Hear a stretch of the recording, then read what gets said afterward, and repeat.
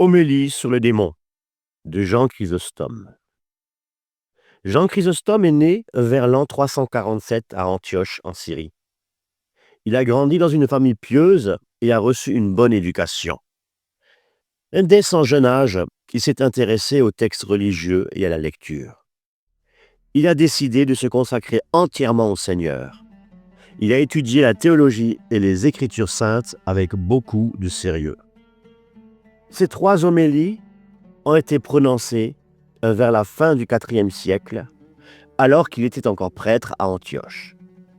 Il les a adressées aux fidèles chrétiens de sa communauté pour les instruire sur la lutte contre le mal et les tentations du diable dans leur vie quotidienne. Chrysostome voulait montrer que le diable n'a pas le pouvoir sur nous si nous restons vigilants et persévérants dans la vertu. Il explique comment éviter le péché et vivre une vie chrétienne authentique en s'appuyant sur les passages de la Bible pour guider ses fidèles. Ces homélies sont donc des sermons pratiques et moraux, plus que des commentaires théologiques et bibliques détaillés. Première homélie, que les démons ne gouvernent pas le monde. Je craignais que, à force de m'entendre parler, mes paroles finissent par vous lasser. Je vois aujourd'hui que c'est exactement le contraire qui s'est produit. Elles ne vous ont pas fatigué, mais ont éveillé en vous un désir encore plus fort. Elles ne vous ont pas rassasié, mais ont rendu votre plaisir plus profond. Vous ressentez ce que vivent les amateurs de vin lors de leur repas. Plus ils boivent, plus leur soif augmente. De la même façon, plus vous avez envie de transmettre l'enseignement, plus votre enthousiasme, votre ardeur et votre amour se sont renforcés. C'est pourquoi, même conscient de ma pauvreté personnelle, je veux imiter un hôte généreux. Vous offrir sans cesse une table bien garnie et une coupe toujours pleine de la vérité. Et je vous vois, après avoir tout bu jusqu'à la dernière goutte, repartir encore assoiffé. Je vous ai toujours connu ainsi, mais je l'ai constaté encore davantage depuis dimanche dernier. Votre soif de la parole de Dieu s'est clairement manifestée ce jour-là. Quand je vous ai montré qu'il ne faut jamais dire du mal les uns les autres, quand je vous ai indiqué un domaine où vous pouvez critiquer sans danger vos propres fautes en vous exhortant à condamner vos péchés plutôt que de chercher ceux des autres, ou quand je vous ai présenté l'exemple des saints sévères envers eux-mêmes mais indulgents envers autrui, vous avez alors entendu parler de Paul lorsqu'il disait « Je suis le premier des pécheurs », lui qui avait été blasphémateur et persécuteur, mais qui a trouvé grâce auprès de Dieu, il se disait lui-même indigne du nom d'apôtre. Vous avez entendu l'apôtre Pierre dire au Christ « Éloigne-toi de moi, Seigneur, car je suis un pécheur ». Matthieu se désignait encore comme publicain. David confessait que ses fautes l'écrasaient comme un lourd fardeau. Isaïe gémissait « Je suis impur et j'ai des lèvres souillées ». Les 3 jeunes gens dans la fournaise reconnaissaient avoir péché et désobéi à Dieu. Daniel, lui aussi, exprimait une profonde douleur pour ses fautes. Après avoir rappelé tous ces exemples, j'ai aussi interpellé ceux qui ont la langue médisante. Je les ai comparés à des mouches. Comme ces insectes qui se posent sur les plaies pour les sucer, ces personnes s'attachent au péché des autres. Elles y trouvent un mal qu'elles transmettent ensuite à leur entourage. À l'inverse, j'ai comparé ceux qui agissent autrement à des abeilles. Au lieu de chercher ce qui est mauvais, elles recueillent ce qu'il y a de bon. Elles fabriquent ainsi le miel d'une foi sincère en allant butiner dans les prairies spirituelles où fleurissent les vertus des saints. Aujourd'hui, je peux le dire, vous avez montré une ardeur infatigable. Mon discours s'est prolongé bien plus longtemps que d'habitude, et certains de mes amis ont craint que, face à tant de paroles, votre enthousiasme ne finisse par retomber. Il s'est produit exactement l'inverse. Plus je parlais, plus votre cœur s'enflammait et plus votre désir d'écouter grandissait. La preuve est claire. À la fin du discours, les applaudissements étaient plus forts et les acclamations plus vives. C'était comme un feu. Au début, la flamme éclaire peu, mais quand elle s'empare de tout le bois, elle s'élève avec puissance. Il en fut ainsi ce jour-là. Au commencement, l'assemblée semblait peu émue, mais lorsque le discours s'est développé, qu'il a embrassé pleinement son sujet et diffusé la vérité, alors le désir d'entendre davantage a embrasé les esprits et les applaudissements ont éclaté. Bien que je n'ai préparé qu'une courte instruction, je suis allé au-delà. Ou plutôt, non, car je ne mesure pas la longueur d'un enseignement au nombre de mots prononcés, mais à l'ardeur de ceux qui écoutent. Parler brièvement à des auditeurs lassés ennuie toujours. Mais parler longuement à des auditeurs attentifs et passionnés ne comble jamais complètement leur attente. Cependant, dans une foule si nombreuse, il se trouve des personnes qui comprennent plus lentement et qui ne peuvent suivre tout le discours. À celles-là, je donne un conseil. Lorsqu'elles ont reçu ce qu'elles peuvent comprendre et ce qui leur suffit, qu'elles se retirent. Personne ne les oblige à rester plus longtemps que nécessaire. Quand elles m'obligent donc à pas écourter le discours trop tôt. Si vous êtes rassasié, tant mieux. Mais votre frère a encore faim. Et si vous êtes désaltéré, je le reconnais, mais votre frère a encore soif. Ainsi que celui qui a plus d'ardeur ne surcharge pas la faiblesse de l'autre, et que celui qui a reçu assez ne fasse pas obstacle aux ailes de celui qui peut encore recevoir. Il en est de même dans les repas ordinaires. Certains se rassasient vite, d'autres plus lentement. Les uns ne reprochent rien aux autres. Quitter tôt un repas profane est louable. Quitter tôt un banquet spirituel est au moins excusable. Dans le premier cas, rester trop longtemps est une faute. Dans le second, rester un peu plus longtemps mérite au contraire l'éloge. Et pourquoi ? Là, le retard vient de la gourmandise. Ici, il vient de la persévérance, d'une faim spirituelle et d'une soif divine. Mais assez de préambule. Revenons maintenant au sujet laissé en suspense. Que disions-nous ? Nous disions qu'au commencement du monde, les hommes avaient une seule langue. Comme ils avaient une même nature, tous parlaient le même langage, sans distinction. D'où vient la diversité des langues ? Elle vient de la faiblesse de ceux qui avaient reçu un don de Dieu. Nous avons montré deux choses. D'un côté, la bonté de Dieu visible dans l'unité du langage, et de l'autre, l'ingratitude des hommes visible dans la multiplicité des langues. Dieu savait que nous risquions de mal utiliser ce don, mais il nous l'a quand même donné. Et nous avons prouvé, par la manière dont nous l'avons conservé, que nous n'en étions pas dignes. Voici donc mon premier argument. Ce n'est pas Dieu qui nous a retiré son don. C'est nous qui l'avons laissé se perdre. Voici le second. Par la suite, Dieu nous a accordé des dons bien plus grands que ceux que nous avions perdus. En échange de la vie pénible de ce monde, il nous promet la vie heureuse de l'éternité. Et à la place des épines et des ronces, il fait naître dans nos âmes les fruits de l'Esprit Saint. Rien n'était plus misérable que l'homme, et rien n'est devenu plus noble. Il occupait le dernier rang parmi les créatures intelligentes. Et voilà que ceux qui étaient comme des pieds ont été placés à la place de la tête, installés par grâce sur le trône du roi.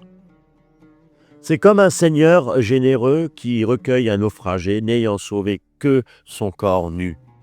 Il l'accueille, le revêt de riches vêtements et l'élève au plus grand honneur. Ainsi Dieu a-t-il agi envers l'humanité. L'homme avait tout perdu. Sa liberté de parole, sa proximité avec Dieu, sa vie simple et heureuse au paradis. Il en est sorti comme après un naufrage, entièrement dépouillé. Mais Dieu l'a accueilli, l'a revêtu, l'a pris par la main et l'a conduit pas à pas jusqu'au ciel. Pourtant, ce naufrage n'était pas vraiment excusable. Il ne venait pas de la violence des vents, mais de la lâcheté du pilote. Malgré cela, Dieu ne s'est pas arrêté à cette faute. Touché par l'ampleur du désastre, il a eu compassion de l'homme, échoué à l'entrée même du port. Tomber au paradis, c'était comme faire naufrage à l'intérieur du port. Et pourquoi? Parce que l'homme est tombé à un moment où il ne connaissait encore ni les peines, ni les soucis, ni les fatigues, ni les passions qui submergent aujourd'hui l'humanité. Le démon a agi comme un pirate. Voyant le navire du premier homme avancer paisiblement, c'est-à-dire son âme comblée de bien, il l'a attaqué par quelques paroles trompeuses, comme avec une pointe de fer. Il a percé la coque, pillé ses trésors et fait sombrer le navire. Mais Dieu a tiré de ce désastre un bien plus grand que la perte. Il a élevé notre nature humaine jusqu'à la dignité royale. C'est pourquoi Paul dit « Il nous a ressuscités avec le Christ et nous a fait siéger avec lui dans les cieux, afin de montrer pour les siècles à venir l'immense richesse de sa grâce et de sa bonté envers nous. » Tu dis « pour les siècles à venir ». N'a-t-il donc pas déjà montré cela? Oui, il l'a montré, mais seulement aux croyants. Les incrédules ne l'ont pas encore vu. Un jour, toute l'humanité comparaîtra devant Dieu et sera frappée de stupeur en voyant ce qui s'est accompli. Alors nous le comprendrons encore mieux. Aujourd'hui, nous croyons, mais entendre parler de ce mystère n'est pas la même chose que le voir. Quand on nous décrit la splendeur d'un roi, sa pourpre, sa couronne, son trône, cela nous émerveille. Mais l'admiration est bien plus grande quand on le voit de ses propres yeux, assis sur son trône, entouré de sa cour. Il en sera de même lorsque le Fils unique de Dieu apparaîtra. Le ciel s'ouvrira, le roi des anges descendra, entouré de toutes les armées célestes. Alors nos yeux comprendront pleinement ce miracle.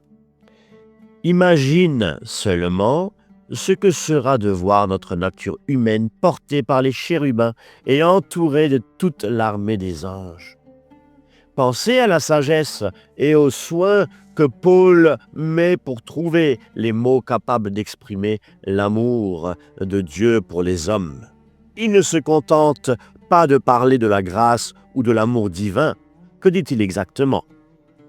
Il parle des richesses immenses de la grâce dans la bonté de Dieu. Éphésiens 2, verset 7. Et même avec ça, il sent qu'aucune expression n'est suffisante pour dire tout ce qu'il veut. C'est un peu comme essayer de retenir un liquide dans vos mains. Peu importe combien vous en mettez, il s'échappe toujours. Ainsi en est-il de la bonté de Dieu.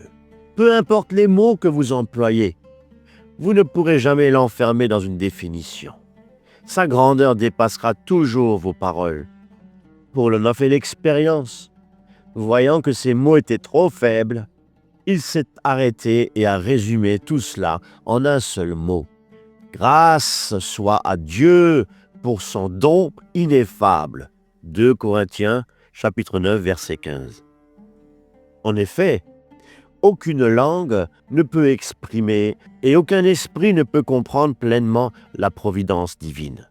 C'est pourquoi l'apôtre l'appelle un don ineffable. Et ailleurs, il dit qu'elle dépasse toute intelligence. La paix de Dieu qui dépasse toute intelligence gardera vos cœurs. Philippiens 4, verset 7. J'avais présenté 2 raisons pour montrer la providence divine.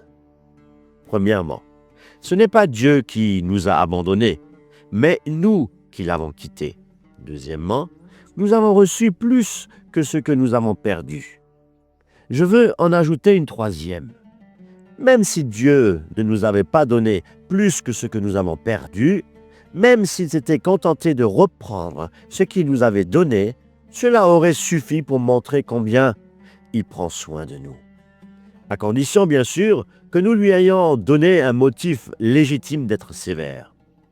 Ce n'est donc pas seulement en donnant, mais aussi en reprenant ce qu'il a donné, que Dieu nous montre son amour. Réfléchir au paradis nous aidera à y voir plus clair. Dieu nous a donné le paradis par pure bonté. Nous l'avons perdu à cause de nos bêtises et de notre ingratitude. Il a retiré ce cadeau à ceux qui ne le méritaient plus, et cela aussi, c'était un acte de charité. Vous pouvez demander, mais quelle charité y a-t-il à reprendre ce qui a été donné? Attendez un peu et écoutez la suite. Imaginez ce qu'aurait été Caïn s'il était resté au paradis après avoir tué son frère. Après son crime, il a été chassé du paradis et condamné à travailler, à souffrir et à vivre dans la peur de la mort. Il voyait le malheur de ses parents et ressentait la colère de Dieu partout autour de lui. Même avec tous ces maux, il a commis le pire. Il a tué son frère, désobéi à Dieu et blessé son entourage. Maintenant, imaginez qu'il soit resté au paradis, sans aucune limite ni souffrance pour le freiner. Jusqu'où serait-il allé dans le mal et l'iniquité? Retirer le paradis à ceux qui ne le méritent plus, c'est donc aussi un acte de protection pour eux et pour les autres. Voulez-vous comprendre, en prenant l'exemple de notre première mère, combien il nous a été utile de quitter le paradis? Eh bien, regardez ce qu'était Ève avant la chute et ce qu'elle est devenue après. Avant, elle a cru plus aux séduisants démons qu'à Dieu et à ses commandements. À la simple vue de l'arbre interdit, elle a ignoré la loi de Dieu. Mais après avoir été expulsée, elle est devenue meilleure et plus sage. Lorsqu'elle a eu un fils, elle a dit « Par la grâce de Dieu, j'ai eu un homme ». Genèse chapitre 4, verset 1. Elle se tourne immédiatement vers Dieu, celui-là même qu'elle avait autrefois méprisé. Elle ne croit pas que la naissance de son fils soit due aux lois de la nature ou au mariage. C'est Dieu qu'elle remercie et honore. Avant, elle avait entraîné son mari au péché. Plus tard, elle élève son fils et lui donne un nom qui lui rappelle toujours qu'il est un don de Dieu. Quand elle a eu un autre fils, elle dit « Dieu m'a donné un enfant à la place d'Abel que Caïn a tué ». Genèse 4, verset 25. Elle se souvient de sa peine, mais au lieu de se fâcher, elle bénit Dieu et donne à son fils un nom qui célèbre la faveur divine pour lui servir de leçon toute sa vie. Ainsi, en retirant certains dons, Dieu en donne d'autres, plus grands et plus nombreux. Chassée du paradis, la femme apprend à connaître Dieu et gagne plus qu'elle ne perd. Alors, vous pourriez demander, si perdre le paradis était avantageux, pourquoi Dieu nous l'a-t-il donné au départ? C'est pour nous apprendre une leçon sur notre faiblesse. Si nos premiers parents avaient vraiment connu Dieu, s'étaient bien surveillés et avaient été prudents, ils seraient restés dans leur dignité originelle. Mais parce qu'ils ont mal utilisé ce don, il leur a été utile de le perdre. Il nous a montré son amour en étant toujours prêt à nous élever au plus grand honneur. Nous, au contraire, nous sommes souvent responsables de nos propres souffrances et malheurs. Et par notre lâcheté, nous nous privons des biens qu'on nous avait accordés. C'est un peu comme un bon père de famille. Il commence par laisser son fils vivre dans sa maison et profiter de tous ses biens. Mais si plus tard il voit son fils gâcher ce privilège, il le met à l'écart, parfois même loin de la maison, pour que de cette expérience et par cette expérience et cette humiliation, il devienne digne de revenir et de partager l'héritage. C'est exactement ce que Dieu a fait avec nous. Il a donné le paradis à l'homme, mais quand l'homme s'est montré indigne, il en a chassé. Ce châtiment avait pour but de rendre l'homme meilleur et plus sage, afin qu'il mérite de revenir au paradis. Quand Dieu voit l'homme corrigé, il le rappelle. Aujourd'hui, tu seras avec moi au paradis. Luc 23, verset 43. Comprenez-vous maintenant que c'est une preuve de l'admirable sagesse de Dieu? Ce n'est pas seulement de nous avoir donné le paradis, mais de nous en avoir chassés pour que nous puissions devenir dignes d'y revenir. Gardez bien ces idées dans votre mémoire. Maintenant, regardons le sujet qui nous occupe. Dieu a donné aux hommes un seul langage par bonté. Mais au lieu de l'utiliser correctement, les hommes s'en sont servis pour céder à toutes sortes de folies. Dieu les en empêcha. Et c'était juste. En effet, si le fait de parler la même langue suffisait à les rendre si fous qu'ils voulurent construire une tour jusqu'au ciel, s'ils n'avaient pas été punis immédiatement, n'auraient-ils pas fini par vouloir gouverner le ciel lui-même? Bien sûr, c'était impossible, mais rien que leur intention était déjà une faute grave. Dieu, qui savait ce qui allait se passer, créa la diversité des langues pour les séparer. Il fallait le faire, puisqu'ils avaient mal utilisé le don de parler la même langue. Et regardez la bonté de Dieu. Ils ont tous la même langue, et pourtant, ils veulent faire cela. Genèse 11, verset 6. Pourquoi Dieu, au lieu de punir directement, commence-t-il par expliquer, presque comme s'il devait se défendre devant un tribunal? Personne ne pouvait lui demander « Qu'as-tu fait ?» Il peut faire ce qu'il veut. Et pourtant, comme s'il devait rendre des comptes, il explique sa décision pour nous apprendre à être bons et compréhensifs envers les autres. Si Dieu s'explique devant ceux qui lui désobéissent, à plus forte raison, nous devons savoir nous excuser les uns auprès des autres, même après de grandes injustices. Voyez comment Dieu s'explique. Ils n'ont qu'un seul langage, et voilà qu'ils font ça. C'est comme s'il disait « Ne blâmez pas la confusion des langues sur ma volonté. » Elle ne faisait pas partie de la nature humaine dès le début. Tout le monde avait la même langue, mais ils n'ont pas su s'en servir correctement. Et pour montrer qu'ils ne voulaient pas seulement punir ce qu'ils avaient déjà fait, mais aussi prévenir les fautes à venir, Dieu ajoute « Mais maintenant, ils n'arriveront à rien de tout ce qu'ils entreprendront. » Genèse 11. Cela signifie, si je ne les arrête pas dès le départ, ils continueront à faire le mal et à accumuler les fautes. Le mal a cette nature. S'il n'est pas arrêté dès ses débuts, il grandit rapidement, comme une flamme qui consume du bois sec.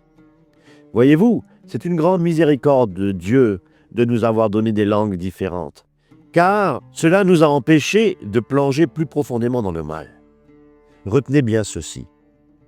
Dieu est bon et compatissant, non seulement quand il nous fait du bien, mais aussi quand il nous punit. Le châtiment fait partie de sa bonté et de sa providence. Alors, quand vous voyez la famine, la peste, la sécheresse, les pluies sans fin ou d'autres malheurs frapper les hommes, ne vous plaignez pas et ne maudissez pas. Au contraire, remerciez Dieu et admirez son souci pour nous.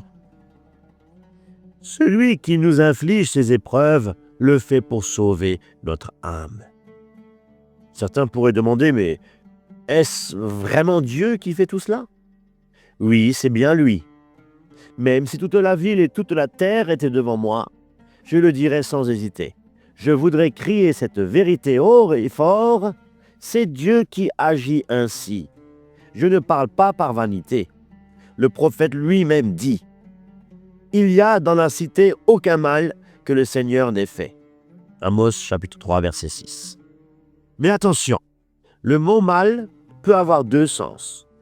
Il faut bien comprendre la différence pour ne pas confondre les choses très différentes et tomber dans des erreurs.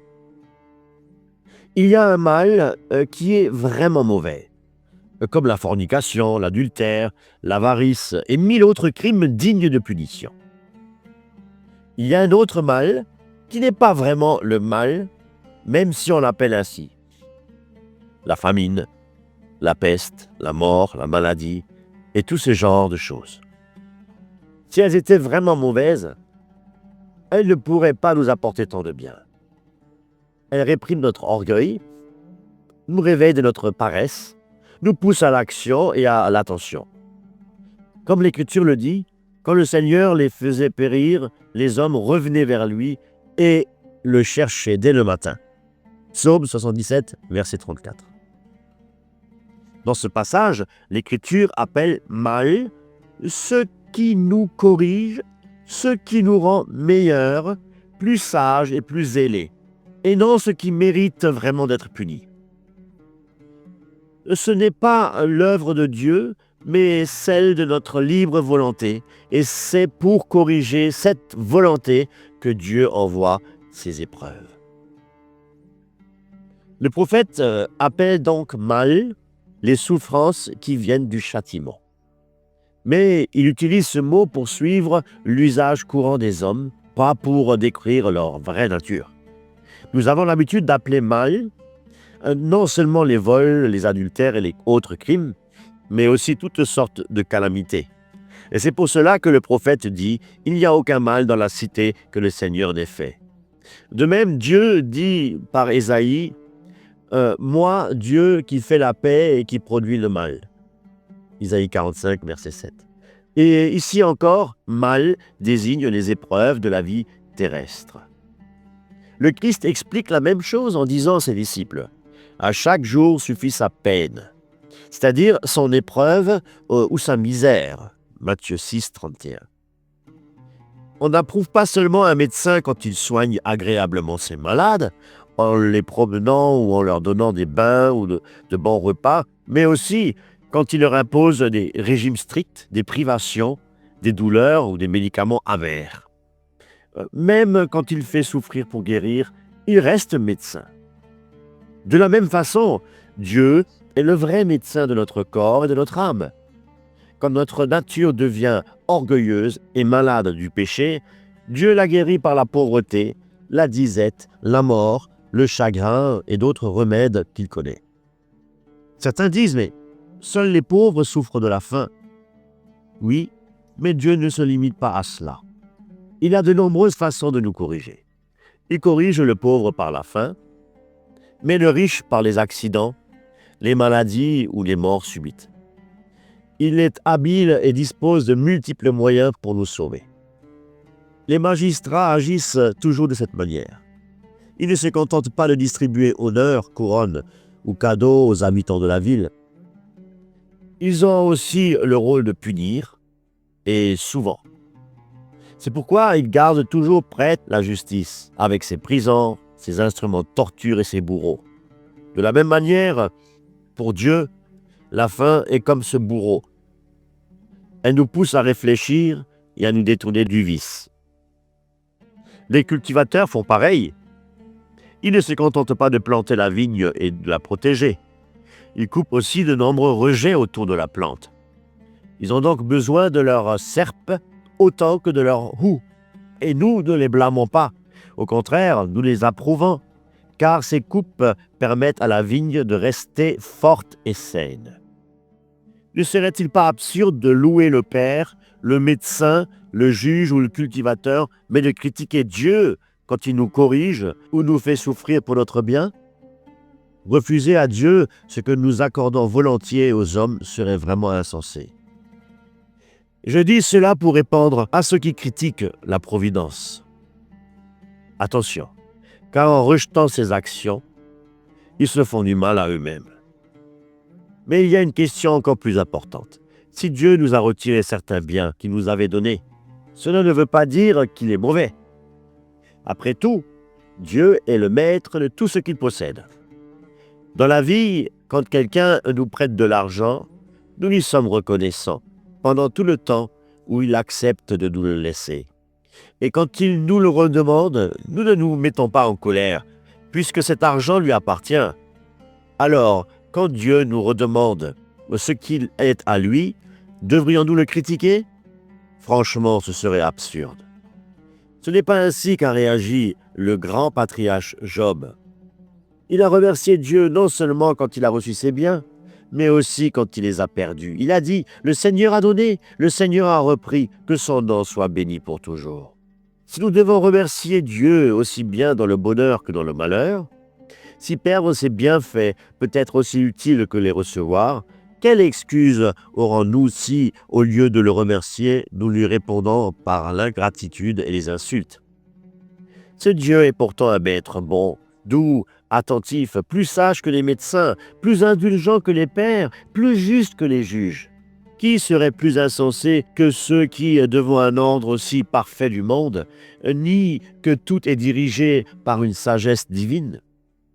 Dire que Dieu ne gouverne pas le monde, c'est aussi absurde que de dire que le soleil est froid et sans lumière. Et pourtant, certains osent affirmer que ce sont les démons qui dirigent nos vies. Quel maître plein de bonté nous avons! Dieu préfère supporter nos blasphèmes plutôt que de nous abandonner aux démons. Car s'il le faisait, nous comprendrions vite, par notre propre expérience, à quel point ils sont cruels. On peut en voir un exemple clair dans l'Évangile. Un jour, des démons ont supplié Jésus de le laisser entrer dans un troupeau de pourceaux. Il l'a permis. Aussitôt, les animaux se sont précipités dans le lac et se sont noyés. Voilà comment les démons gouvernent. Ils n'avaient pourtant aucun conflit avec ces pourceaux. Et pourtant, ils les ont détruits sans hésiter. Or, envers nous, ils nourrissent une haine profonde et acharnée. S'ils n'ont pas épargné ces animaux innocents, que nous feraient-ils à nous, leurs ennemis, s'ils avaient le pouvoir sur nous? Dieu a permis cet événement pour montrer clairement jusqu'où va la méchanceté de ces démons. Cela prouve que, sans la protection constante de Dieu, ils traiteraient les hommes comme ils ont traité les pourceaux.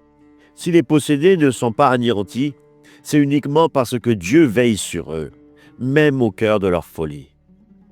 Maintenant, quand vous verrez un homme possédé par un démon, d'un côté adorez le Seigneur et de l'autre reconnaissez la méchanceté de l'esprit mauvais. Les personnes possédées montrent ces deux réalités, la bonté de Dieu et la perversité du démon. Le démon tourmente l'âme qu'il contrôle, mais Dieu contient cet esprit brutal. Il l'empêche de détruire totalement l'homme et lui permet seulement de faire assez de mal pour corriger la personne et montrer combien le diable est mauvais. Si vous voulez comprendre comment un démon agit quand Dieu le laisse agir un peu, pensez à l'histoire de Job. Ses troupeaux, ses bœufs et ses brebis ont été détruits en un instant. Ses enfants sont morts et il a été frappé par de graves maladies. Cela montre clairement la cruauté et la haine du diable. Si Dieu laissait les démons libres de tout pouvoir, il détruirait tout. Et nous subirons un sort pire que celui des animaux de Job. Heureusement, Dieu ne laisse pas le diable agir complètement, même sur les possédés. Sinon, ils souffriraient bien plus qu'ils ne le font. On se demande souvent à quoi ça sert que le ciel, le soleil, la lune, les étoiles et tout le reste soient parfaitement organisés si nos vies, elles, sont pleines de désordre et de confusion. Prenez un exemple. Prenez par exemple un homme qui s'enrichit en volant, en trompant les autres et en faisant du mal aux pauvres. Et pourtant, il ne lui arrive jamais de malheur. Pendant ce temps, un autre homme honnête et juste qui vit modestement et suit toutes les vertus est frappé par la maladie, la pauvreté et toutes sortes de malheurs. Voilà ce qui vous choque? Oui, exactement. Mais mon ami, si vous voyez que certains méchants sont punis et que certains justes sont récompensés, pourquoi ne remerciez-vous pas Dieu? Parce que ça me choque encore plus. Pourquoi, parmi deux méchants, l'un est puni tandis que l'autre continue sa vie tranquille? Et pourquoi, parmi deux justes, l'un est honoré alors que l'autre souffre? C'est une des règles de la providence. Si tous les méchants étaient punis sur terre et tous les justes récompensés, le jugement dernier n'aurait plus de raison d'être.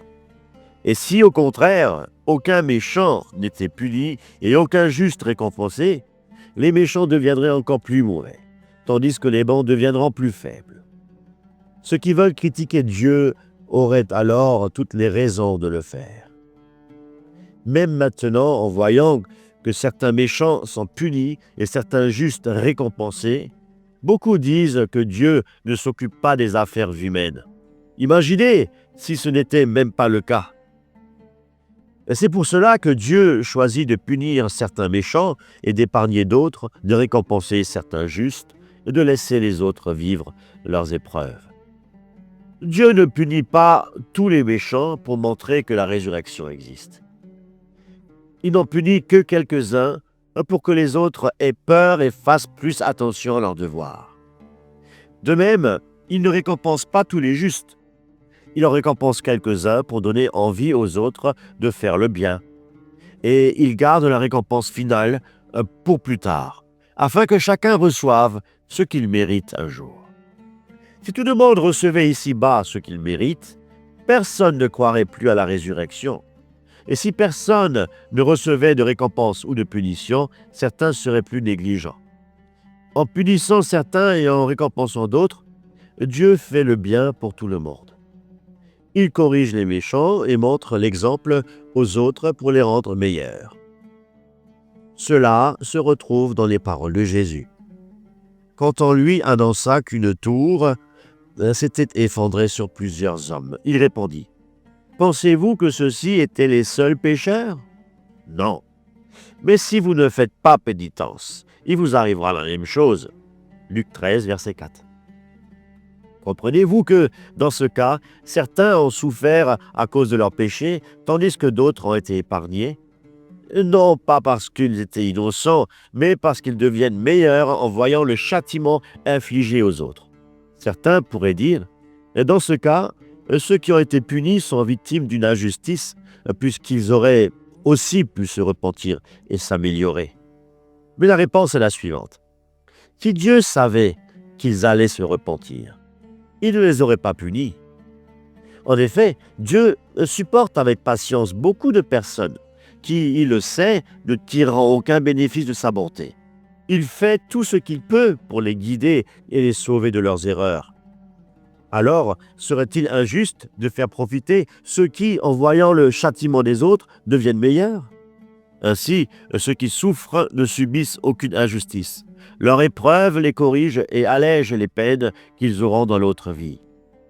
Et ceux qui sont épargnés ne doivent pas se plaindre non plus. Ils pourraient, s'ils le voulaient, profiter de la bonté de Dieu et apprendre de l'exemple des autres pour se repentir et revenir à la vertu. S'ils restent dans leur vice, ce n'est pas la faute de Dieu. Il leur laisse le temps de se tourner vers lui. Mais ce sont eux qui refusent le pardon en ne profitant pas de sa patience. Il y a un autre argument pour expliquer pourquoi tous les pécheurs ne sont pas punis immédiatement. Si Dieu punissait chaque péché aussitôt qu'il est commis, l'humanité aurait disparu depuis longtemps. Pour comprendre, écoutons le prophète. « Seigneur, si vous comptiez toutes les iniquités, qui pourraient survivre ?» Psaume 123, verset 3. Si nous considérons les péchés que nous commettons tous, il est clair que si chacun était puni immédiatement, personne ne pourrait survivre. Par exemple, l'Évangile dit que celui qui insulte son frère est passible de l'enfer. Matthieu 5, verset 22. Mais qui parmi nous n'a jamais commis ce péché? Si Dieu nous avait punis à chaque fois, nous serions tous morts depuis longtemps. Dans ce cas, si nous suivons strictement les lois de Dieu, l'humanité aurait été détruite depuis longtemps. L'Évangile dit que celui qui jure, même en disant la vérité, fait le mal. Matthieu 5, verset 37. Mais qui n'a jamais juré? Et qui n'a jamais menti en jurant? De même, notre Seigneur dit que celui qui regarde une femme avec des pensées mauvaises commet un adultère dans son cœur. Matthieu 5, verset 28. Et qui peut dire qu'il n'a jamais eu ce genre de pensée? Ces fautes que nous confessons sont donc très graves. Chacune d'elles, si nous la considérons seule, mérite un châtiment certain. Si l'on ajoute à cela nos péchés cachés, on comprend mieux la honte, la bonté et la grâce de Dieu. Il ne nous punit pas toujours à la hauteur de nos crimes. Si vous voyez quelqu'un voler ou tromper les autres sans être puni, commencez par regarder votre propre vie. Examinez votre conscience reconnaissez vos propres fautes. Alors vous verrez qu'il est en fait préférable que chacun de nos péchés ne soit pas puni immédiatement. Hélas, beaucoup d'entre nous jugent durement les autres plutôt que de se juger soi-même. Nous oublions de regarder notre propre situation et nous critiquons celle des autres. Ne faisons plus cela. Au contraire, quand nous voyons une personne juste souffrir, rappelons-nous Job. Même un homme très saint ne sera jamais aussi parfait que Job. Et même s'il subit 1000 malheurs, il n'en souffrira jamais autant que ce patriarche. Avec ces pensées en tête, ne vous plaignez plus contre Dieu. Vous comprenez que quand il laisse un homme juste subir de grandes épreuves, ce n'est pas parce qu'il l'abandonne, mais parce qu'il veut le récompenser et le glorifier davantage. Si vous voyez quelqu'un puni pour ses péchés, rappelez-vous le paralytique qui a été cloué sur son lit pendant 30 ans. Jean 5, verset 5. C'est à cause de ses péchés qu'il avait cette maladie. Écoutez le Christ. Maintenant que tu es guéri, ne pêche plus, de peur qu'il ne t'arrive quelque chose de pire. Ainsi, soit nous payons nos fautes dès cette vie quand nous sommes punis, soit nous recevons une récompense éternelle quand nous souffrons malgré une vie juste. C'est pourquoi, que nous vivions dans le péché ou dans la vertu, la souffrance nous est toujours utile. Comme le dit Paul, c'est pour cela qu'il y a parmi vous tant de malades et de faibles, et même des morts. Si nous nous jugions nous-mêmes, Dieu ne nous jugerait pas. Mais quand Dieu nous corrige ici, c'est pour que nous ne soyons pas condamnés avec le monde dans l'éternité. 1 Corinthiens chapitre 11, des versets 30 à 32. Maintenant que vous avez bien compris, réfléchissez avec sagesse à la providence de Dieu et ignorez ce qu'il a dit. Si certains événements nous dépassent, ne pensons pas que Dieu ne dirige plus nos vies. Contentons-nous de voir sa présence là où nous la comprenons et faisons confiance à sa sagesse là où nous ne la voyons pas. Si un homme ignorant ne peut pas comprendre toutes les subtilités d'un art humain, combien plus l'intelligence humaine est incapable de comprendre l'infini de la providence divine. Ses jugements sont insondables et ses voies incompréhensibles. Romains 11, verset 33. Cependant, en regardant quelques détails de l'ensemble, nous pouvons voir clairement que notre foi est certaine et évidente. Rendons donc toutes nos actions de grâce à Dieu. Pour ceux qui aiment réfléchir à la providence, il existe un argument très fort. Demandons à ceux qui doutent. Dieu existe-t-il? S'ils répondent que Dieu n'existe pas, il n'y a pas besoin de discuter avec eux. Car ceux qui nient Dieu ne méritent pas qu'on perde du temps à répondre, tout comme on ne répond pas aux fous. Un navire avec quelques matelots et passagers ne peut pas avancer correctement sans que le pilote tienne le gouvernail. Alors, à plus forte raison, ce monde immense, rempli de corps et d'éléments différents, ne pourrait pas exister depuis des siècles sans une providence qui le dirige et le protège. Si en tenant compte de ce que tous les hommes savent et de ce que nous voyons autour de nous, ils reconnaissent que Dieu existe, on peut leur dire, si Dieu existe, il existe, alors il est juste. Et s'il n'est pas juste, il ne serait pas Dieu. Et s'il est juste, il doit récompenser chacun selon ses actes. Or, ici-bas, tout le monde ne reçoit pas ce qu'il mérite. Donc, nous devons espérer une autre vie où la justice parfaite sera rendue à chacun selon ses actes.